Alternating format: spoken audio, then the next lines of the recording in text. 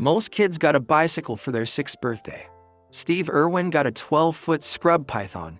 His mother rehabilitated injured wildlife. His father traded his plumber's tools for a collection of venomous reptiles. From the moment Steve could walk, he was surrounded by creatures most adults wouldn't go near. He spent his childhood stashing red-bellied black snakes in the school bus driver's cooler and convincing his mother to pull over so he could rescue lizards from the road. By the time the family relocated to Queensland when he was 8, classrooms had already lost him. The wild was his real school. When his father built the Beerwar Reptile Park from scratch in 1970, Steve's backyard became a zoo, and he started learning to handle crocodiles before most kids learned to ride a bike. Steve wasn't performing when he wrestled crocodiles, he was working. By 9, he was catching problem crocodiles near Queensland boat ramps, leaping from dinghies onto unsuspecting reptiles while adults watched in disbelief. The encounters weren't always clean. In 1984, a kangaroo nearly disemboweled him. In 1988, a python coiled around his neck. A saltwater crocodile once came within a fraction of an inch of taking his hand clean off. His own reflection on that last moment, one mistake and he could have been done for.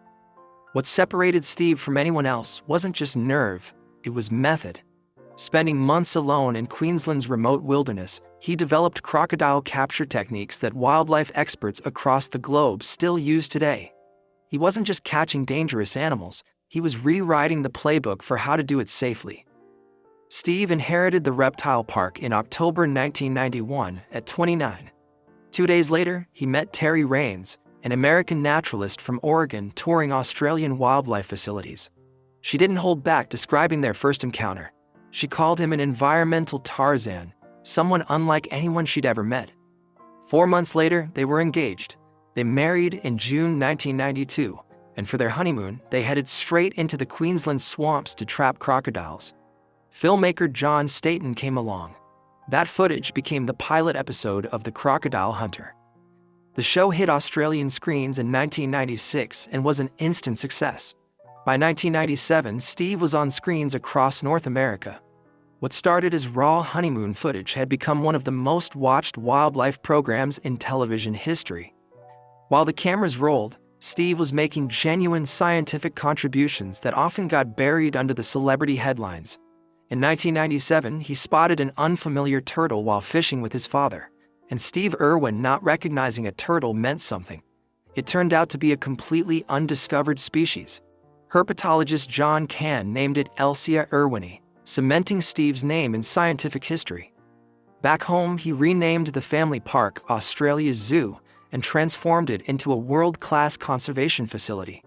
As a volunteer for Queensland's crocodile management program, he personally relocated over 100 problem crocodiles, saving human and animal lives alike. In 2001, he launched Wildlife Warriors, a conservation charity still active globally today. The Centenary Medal, Tourism Export of the Year, and an Australian of the Year nomination followed. Not bad for a man who started his career jumping off dinghies. In January 2004, Steve handed his critics exactly what they'd been waiting for.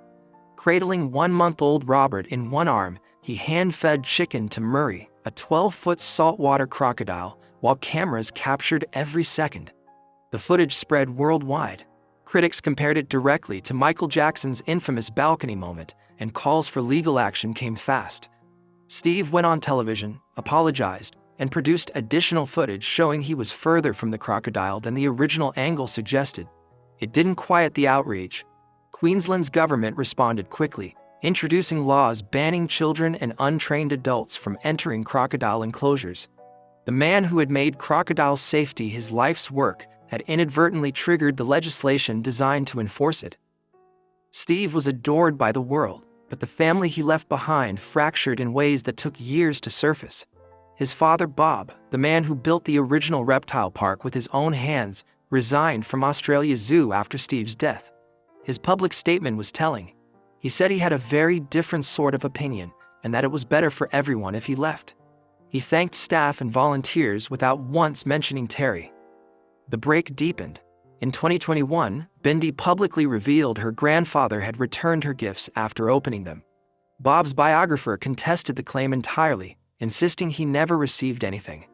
The dispute remains unresolved. Meanwhile, Terry had faced a brutal financial reality from day one. Steve's life insurance was just $200,000, not enough to cover half a week's zoo payroll. Every dollar he ever earned had gone straight back into the animals. He was simply incapable of doing it any other way. On September 4, 2006, Steve was filming at the Great Barrier Reef when a short-tailed stingray, typically docile, drove its serrated barb into his chest. He was 44. The incident is believed to be the only stingray fatality ever caught on camera. Terry, who never watched the footage, destroyed it.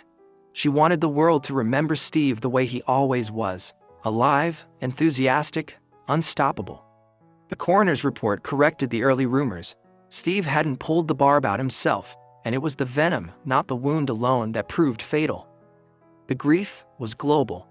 Animal Planet's memorial broadcast drew 360 million viewers. 5,000 people packed Australia Zoo for the public service, with 300 million more watching worldwide. He was buried at the zoo where he had lived his whole life. In 2018, he became the first conservationist awarded a star on the Hollywood Walk of Fame. Scientists named a land snail crikey Steve Irwin in his honor. Bindi and Robert both carry on his conservation work today. Steve Irwin could have been remembered as a TV personality, a man in khaki who made crocodiles entertaining. But he was something rarer. He pioneered wildlife management techniques still in use today, discovered new species, built a conservation empire, and poured every resource he had back into the animals he loved. When Terry described what drove him, she said the only thing that could pull him away from animals was the people he loved even more. And the only thing Steve wanted to be remembered for had nothing to do with crocodiles or cameras. He wanted to be known as a good father. The man who walked fearlessly beside some of the planet's most dangerous creatures was taken by one of its quietest, on an ordinary morning, doing what he loved. Some lives don't follow the script. The ones worth remembering rarely do.